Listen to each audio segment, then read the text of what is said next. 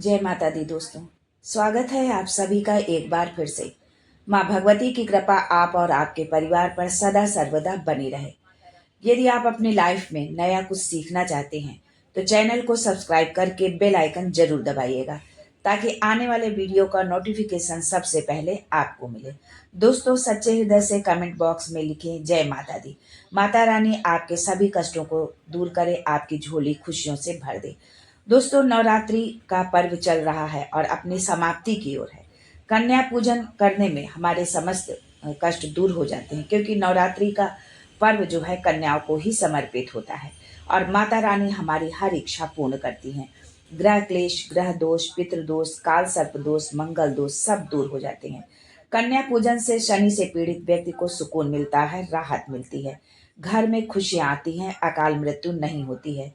इस बार माता रानी डोली पर सवार होकर के इस भूलोक पर आई हैं, जो कि बहुत शुभ नहीं माना जा रहा। इसलिए हम अपने पूजन से, अपनी सेवा से माता रानी को प्रसन्न करें कि वो हमारे घर परिवार के लिए भी और हमारे देश दुनिया के लिए भी शुभ हो और माता का आशीर्वाद मिले।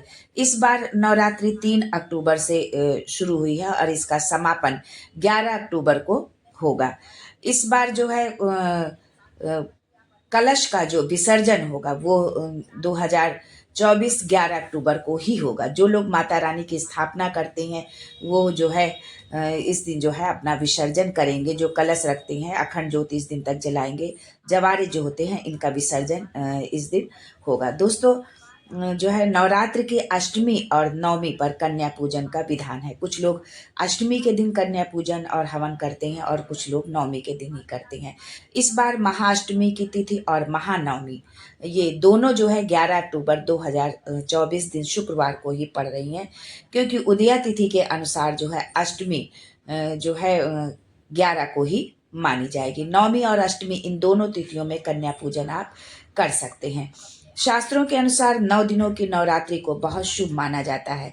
इसमें तिथि की कोई घटा बढ़ी नहीं होती है।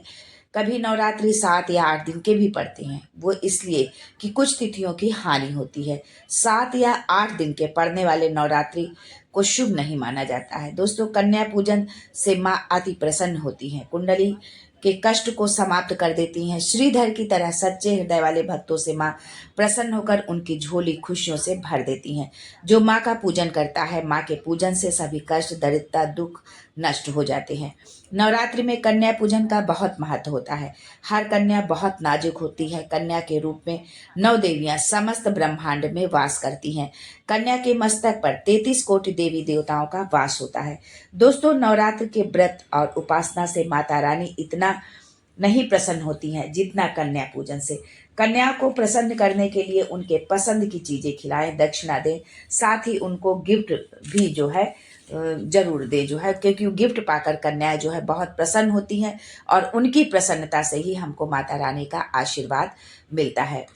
और जिस गिफ्ट को कन्याएं बहुत जो हम उनको भेंट करते हैं उसको जब वो खुशी खुशी स्वीकार कर ले तो आप ये समझिए कि माता रानी ने आपकी भेंट स्वीकार कर ली है, जिसे पाकर कन्या प्रसन्न होती हैं। अगर आपके साथ भी कुछ ऐसा ही होता है तो समझिए माता रानी का आशीर्वाद आपको मिल गया। मुंह मांगा वरदान माता ने आपको दे दिया। ब्रह्मांड के समस्त पूजन से बड़ा है कन्या पूजन। 10 बार गंगा स्नान करने से, 100 बार यज्ञ करने से तथा 1000 बार यात्रा करने से जो पुण्य मिलता है वो मात्र एक बार कन्या पूजन करने से मिलता है। दोस्तों, कन्याओं को सताना नहीं चाहिए। कन्याओं की जितनी सेवा की जाए उतना कम है। कन्याओं के मस्तक पर माँ दुर्गा विराजमान होकर स्वयं आपके घर आती हैं। 2 साल से लेकर 9 साल तक की कन्या का पूजन करना चाहिए। दोस्तों, जितना ज़्यादा हो सके कन्याओं को हाथ पकड़ कर अपने घर लाना चाहिए, कन्याओं के पैर धुलना चाहिए। ये काम घर के यदि पुरुष करते हैं, हमारे भाई लोग करते हैं तो ज़्यादा पुण्य मिलता है। पैर धोने के बाद उनके पैरों को पोंछे, फिर उन्हें साफ स्थान पर आसन देकर बैठाना चाहिए।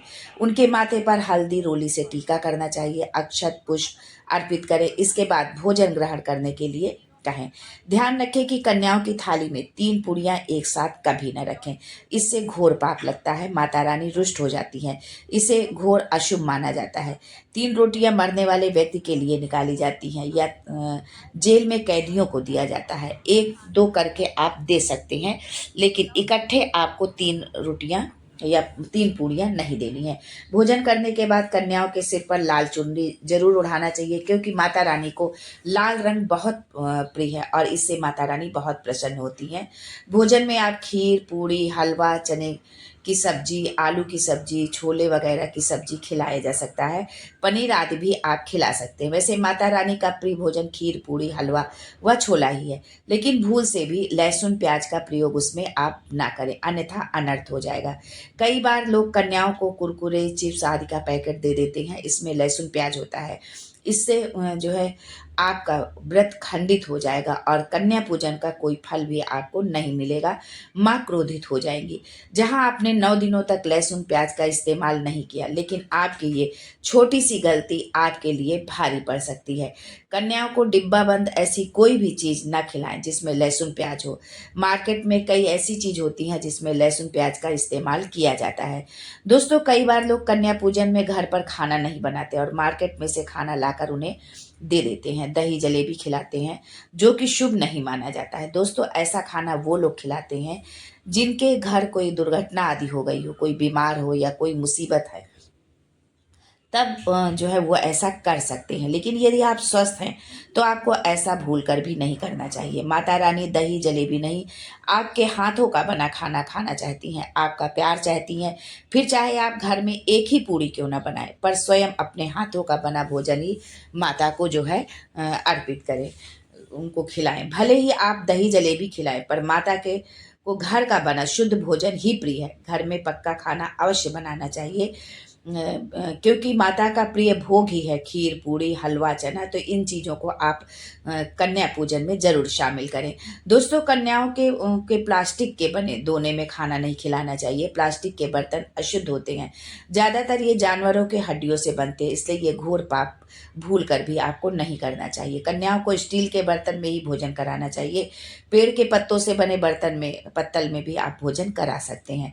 पत्तों से बने बर्तन में भोजन कराने से माँ अभय वरदान देती है। नवरात्रि समाप्त होने के बीच में अगर शुक्रवार का दिन पड़ जाए तो कन्याओं को कोई भी खट्टी चीज नहीं खिलाना चाहिए, क्योंकि शुक्रवार का दिन माता संतोषी को समर्पित होता है और माता संतोषी नवरात्रि के दिनों में सक्रिय अवस्था में होती है, यानी 9 देवियों में वो भी शामिल हैं और 9 देवियों के साथ वो भी आपके घर में आती हैं। इसलिए भूल कर भी अगर शुक्रवार का दिन पड़ जाए तो खट्टी चीज ना घर में बनाना चाहिए और ना ही उनको खिलाना चाहिए। और इस बार अष्टमी और नवमी की तिथि जो है वो शुक्रवार को ही पड़ रही है, इसलिए ये गलती आप भूल कर भी ना करें। आपका जो भी किया कराया है वो सब बर्बाद हो जाएगा यदि आप ये करते हैं तो। खट्टी चीज़ों से माँ संतोषी रुष्ट हो सकती हैं, आपको श्राप दे सकती हैं, इसलिए भूल से भी ये आप नादानी ना करें। भोजन कराने के बाद कन्याओं की थाली में एक लौंग जरूर रखना चाहिए, क्योंकि लौंग माता को बहुत प्रिय है। लौंग जो है शक्ति का प्रतीक होती है जो है। और लौंग जो आप रखें उसमें जो है फूल वाली लौंग हो, खंडित लौंग ना हो।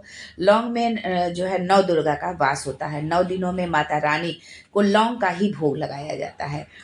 खाना खिलाने के बाद कन्याओं को लौंग अवश्य अर्पित करना चाहिए। माता रानी को जो है अमृत से बढ़कर लौंग प्रिय है। आपका भाग्य इससे चमकेगा। माता लक्ष्मी आपके जीवन में धन की कोई कमी नहीं होने देंगी। दोस्तों, आपको बता दें कि कन्याओं को उपहार में आप क्या दे सकते हैं। कन्याओं को खुश करने के लिए उनकी थाली में दक्षिणा अवश्य रखें जो है, ताकि आपके घर में संपन्नता बनी रहे। जब कन्या आपके घर से खुशी खुशी धन लेकर जाती हैं तो वो बदले में कई गुना धन आपको देकर जाती हैं। इसमें कंजूसी आपको बिल्कुल भी नहीं करनी चाहिए। जो भी आपके सामर्थ्य में है वो आप दक्षिणा स्वरूप कन्याओं को जरूर भेंट करें। दोस्तों, कन्याओं को कोई सुंदर गिफ्ट दे सकते हैं आप। शास्त्रों में बताया जाता है कि कन्या जितना खुश होती है माता रानी उतना ही जल्द फल प्रदान करती हैं। ऐसे में कन्याओं को चॉकलेट का बॉक्स दे सकते हैं, खूबसूरत कपड़े दे सकते हैं, पर काले कपड़े आप ना दें। स्टील के बर्तन भी गिफ्ट में दे सकते हैं। लोहे का कोई भी सामान नहीं देना चाहिए। नहीं तो राहु केतु का प्रभाव आपके जीवन में प्रवेश कर जाएगा। राहु काल तथा राहु दोष यदि लग जाएगा तो आप बर्बाद भी हो सकते हैं।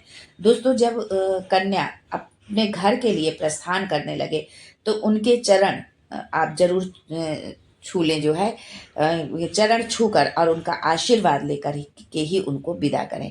आज के लिए बस इतना ही दोस्तों, मिलते हैं फिर अगले वीडियो में कुछ दुर्लभ, कुछ नया लेकर आपके लिए। तब तक के लिए जय माता दी and thanks for watching my video.